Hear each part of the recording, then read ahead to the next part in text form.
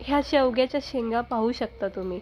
आज मी मस्तपैकी शेवग्याच्या शेंगाची सुक्की भाजी बनवलेली आहे। अगदी कमी वेळामध्ये, कमी साहित्यामध्ये, कमी मसाल्यामध्ये ही भाजी तयार होती। टिफिनसाठी, दुपारच्या जेवणासाठी सुक्की भाजी म्हणून तुम्ही ही शेवग्याची सुक्की भाजी बनवू शकता।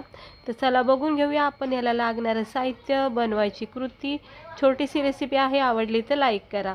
इकडे बघू शकता मी हे शेवग्याच्या शेंगा स्वच्छ धुवून कट करून घेतलेल्या आहेत। तिकडे पाहू शकता मस्त फ्रेश आणि अशा भरपूर म्हणजे जाडसर अशा शेंगा घेतलेल्या। मांस खूप असतं, म्हणजे मासोळ्या बोलतात त्याला। आणि अशा शेंगा खूप छान लागतात मग खायला। स्वच्छ धुवून वरची जी साल असते बघा ती सगळी काढून घ्यायची, स्वच्छ करून घ्यायची, धुवून वगैरे घ्यायची।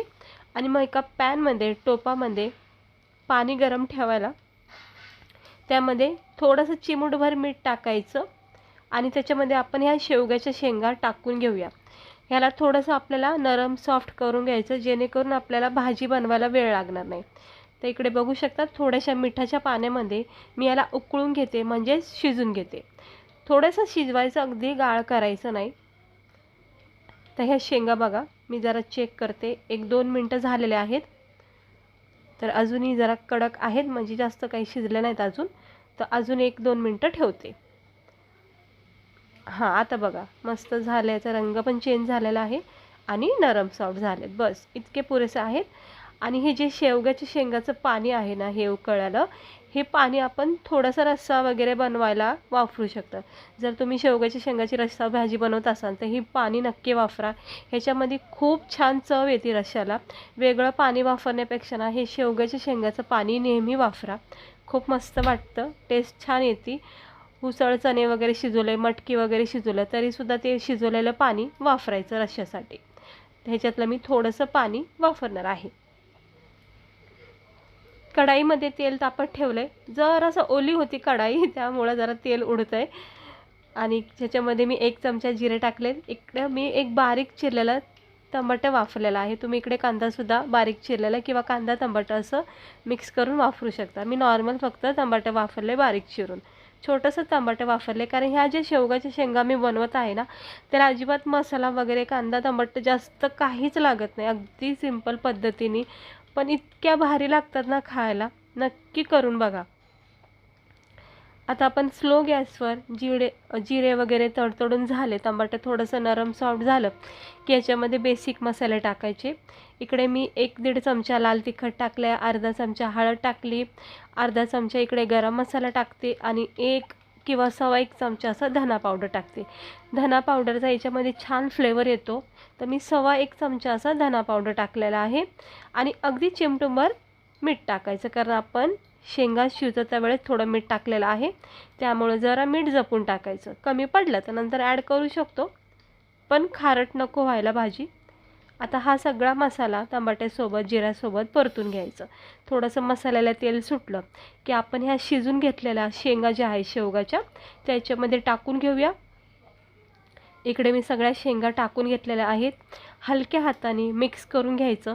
सगळे मसाले आपण परतून घेतलेले आहेत, चवीनुसार मीठ टाकलेलं आहे। हलक्या हाताने सगळ्या शेंगा ह्या मसाल्याला मिक्स करून घ्यायचं, एकजीव करून घ्यायची। पूर्ण मसाल्याची कोटिंग शेंगाला लागली पाहिजे। आणि शेंगा आपल्या शिजलेल्या आहेत त्यामुळे जास्त काही वेळ लागणार नाही, फक्त उरलेला जो पण कच्चापण आहे तो आपल्याला घालवायचा आहे।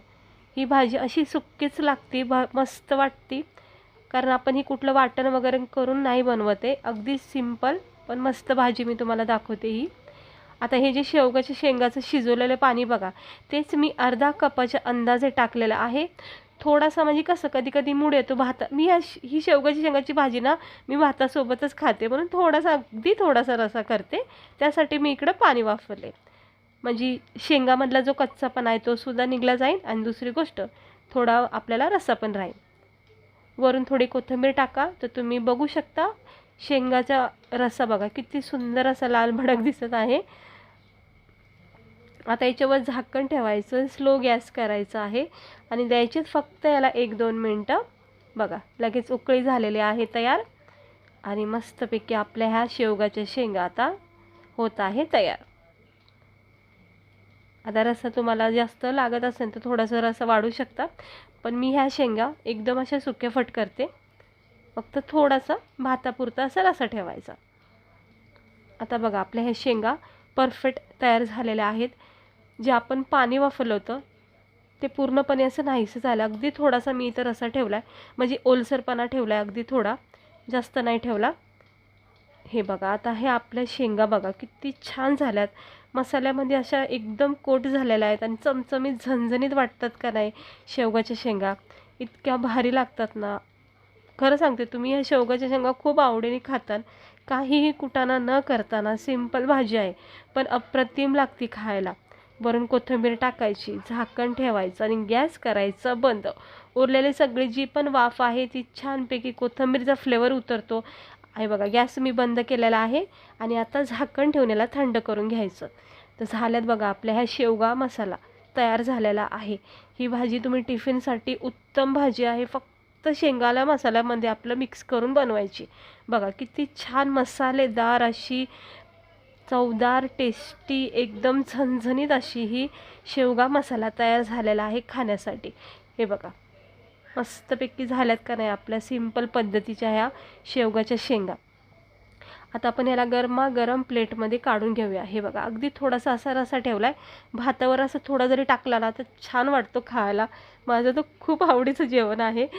हे बघा आता प्लेटमध्ये आपण ह्याला काढून घेऊया आणि तुम्ही आपल्या ह्या शेवगाच्या शेंगा बघू शकता किती छान झाल्या. जास्त गाळ पण केला नाही, म्हणजे शेवगाची शेंग जी खायची एक आनंद असतो ना तो आला पाहिजे, म्हणून जास्त गाळ करायचा नाही. गरमागरम ज्वारीच्या भाकरीसोबत, बाजरीच्या भाकरीसोबत आणि भातासोबत तर अप्रतिम लागते. डाळ भात वगैरे जरी केला तरी सुक्की भाजी म्हणून सुद्धा तुम्ही या शेवगाच्या शेंगा बनवू शकता आणि बोटानं चाटून पुसून तुम्ही भाजी खाता आणि इतकी छान लागते.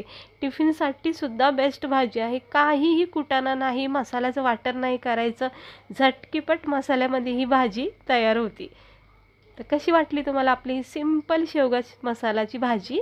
अप्रतिम लागते. करून बघा आणि टेस्ट घेऊन बघा, आवडीने खातात. आणि शेवगाच्या शेंगा म्हणलं की तुम्ही ही भाजी हमखास करतात, कारण मला कधीही खाऊ वाटलं तर अशाच पद्धतीने मी करते.